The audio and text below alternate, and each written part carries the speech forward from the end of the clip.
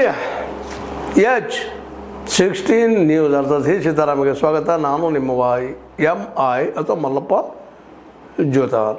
ಆತ್ಮೀಯರೇ, ಈಗಾಗಲೇ ನೀವು ನೋಡಿದಿರಿ ED ದಾಳಿಯಿಂದ YD ಮಂಜುನಾಥ್ ಸಾಕಷ್ಟು ಅಕ್ರಮಣ ಗಳಿಸಿದ್ದನ್ನು ಸಿಕ್ಕಾಕಿಕೊಂಡು ದೊಡ್ಡ ಸುದ್ದಿ ಮಾಡಿದರು. ಅದರಲ್ಲೂ ಮುಖ್ಯವಾಗಿ ಮಾಜಿ MP ದೇವೇಂದ್ರಪ್ಪನವ್ರ ಮಗರು, ಅದರ ಜೊತೆಗೆ ಪ್ರತಿಷ್ಠಿತ ಜಾರಕಿಹೊಳಿ ಕುಟುಂಬದ ಅಳಿಯ, ಇವೆಲ್ಲವೂ ಅವ್ರ ಜೊತೆಗಿದೊಂದು ಅಕ್ರಮದ ಆರೋಪ. ಅದು ED ಅಂತ.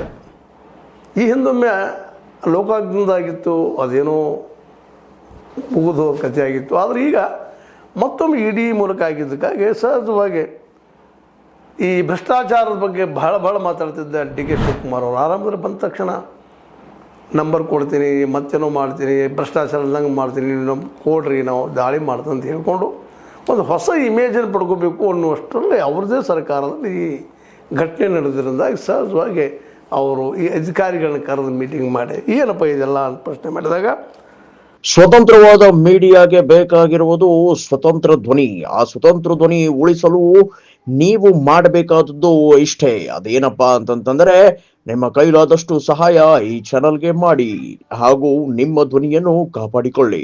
ಮುಖ್ಯವಾಗಿ ಅವ್ರಿಗೆ ತೋರಿದ್ದು ಇದೇನಪ್ಪ ಇದು ನಡೀತಾ ಇದೆ ಅಂತೇಳಿ ಒಂದು ಸ್ವಲ್ಪ ಶಕ್ತಿಗೆ ಬಂದು ಮಾತಾಡಿದ್ದಾರೆ. ಇದನ್ನು ಒಂದು ರೀತಿಯಿಂದ ಇಂಥ ಅವ್ಯವಹಾರ ತಡಿಲೇಬೇಕು ಅನ್ನೋ ನಿರ್ಧಾರಕ್ಕೆ ಬಂದಿದ್ದಾರೆ ಅನ್ನುವಂಥ ಮಾತನ್ನು. ಒಂದು ರೀತಿ ತಡಿಲಿಲ್ಲ ಅಂದರೆ ಇವ್ರನ್ನ ನಾವು ಗಂಭೀರವಾಗಿ ತೆಗೆದುಕೊಂಡು ನಾವು ಇವ್ರನ್ನ ಒಂದು ಟ್ರಾನ್ಸ್ಫರ್ ಮಾಡಿಬಿಟ್ಟು ಬಿಡ್ತೀವಿ. ಈಗೇನದಪ್ಪ ಅಂದ್ರೆ ಅತ್ಯಂತ ಹುಲ್ಲುಗಾವಲಿನ ಪ್ರದೇಶಗಳಲ್ಲಿ ಬಂದು ತಿಳ್ಕೊಂಡಿದ್ದಾರೆ. ಇವರು ಸಿಕ್ಕಾಪಟ್ಟೆ ಗಳಿಸ್ಕೊಂಡು ಎಲ್ಲೆಲ್ಲೂ ದುಡ್ಡು ಹುಡ್ತಾ ಇದ್ದಾರೆ. ಸಾಕಷ್ಟು ಮಾಡಲಿಲ್ಲ ಅಂತಲ್ಲ, ಅವರ ಒಂದು ಏನು ಗಳಿಕೆ ಅದ ಅದ್ರ ಮೇಲೆ ಮಾಡಲಿ. ಇದು ಏನೈತಿ ಮಾಡಿದ್ದರಿಂದಾಗಿ ಸರ್ಕಾರ ಕೆಲಸದಲ್ಲಿ ಬರ್ತಾ ಇದೆ. ಯಾಕಂದರೆ ED ಕೇಂದ್ರ ಸರ್ಕಾರದ ಕೈಲಿರೋದ್ರಿಂದ ಅದು ಅದರಲ್ಲೂ ವಿದೇಶಿ ಈಗ ಹಣದ ಜೊತೆ ವ್ಯವಹಾರ, ಹವಾಲಾ ವ್ಯವಹಾರ, ಕ್ರಿಪ್ಟೋ ಕರೆನ್ಸಿ ಮೂಲಕ ವ್ಯವಹಾರ ಮಾಡಿದ್ರಿಂದ ಎಲ್ಲ ಸುದ್ದಿಗಳು ಬಂದ ಮೇಲೆ ಅದು ಬಂದು ಅಟ್ಯಾಕ್ ಮಾಡಿ ಸಾಕಷ್ಟು ಇದಕ್ಕೆ ಸಂಬಂಧಿಸಿದ ದಾಖಲೆಗಳನ್ನ ಸ್ವೀಕಾರ ಮಾಡಿ ಪ್ರತಿಯೊಂದು ದಾಖಲೆ ಪರೀಕ್ಷೆ ಮಾಡಿ ಇದರಲ್ಲಿ ಇವರೊಬ್ಬರೇ ಇಲ್ಲ, YD ಮಂಜುನಾಥ್ ಅವರು, ಅವರ ಜೊತೆಗಾರರು ಇದ್ದಾರೆ ಅನ್ನುವಂಥ ಮಾತು, ಜಗದೀಶ್ ನಾಯ್ಕ್ ಅನ್ನುವಂಥವರು, ಅವ್ರ ಜೊತೆಗೆ ಇನ್ನೊಬ್ಬ ಅಧಿಕಾರಿ KM ತಮ್ಮಯ್ಯ, ಇವರೆಲ್ಲ ಕೂಡ್ಕೊಂಡು ದೊಡ್ಡ